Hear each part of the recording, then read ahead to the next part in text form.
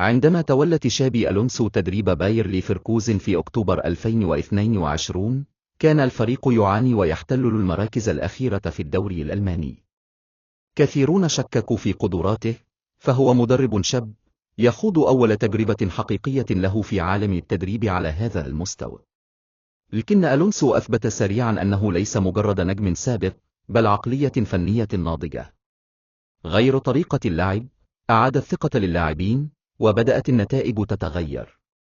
بأسلوبه الهادئ وخططه الذكية، قاد ليفركوزن من القاع إلى التأهل الأوروبي وسط إعجاب الجماهير والمحللين. لكن القصة لم تتوقف عند ذلك. في موسم من 2023 إلى 2024 صنع التاريخ. فريقه لم يكتف فقط بالمنافسة، بل حقق لقب الدوري الألماني لأول مرة في تاريخه، وبسجل خال من الهزائم حتى نهاية الموسم. أوقف هيمنة بايرن ميونخ، وكسر القاعدة التي ظنها الجميع أبدية. تشابي ألونسو لم ينجح فقط في تدريب فريق، بل أعاد كتابة تاريخ ناد بأكمله، وأثبت أن المستقبل قد بدأ بأفكار شابة وشخصية قيادية استثناء.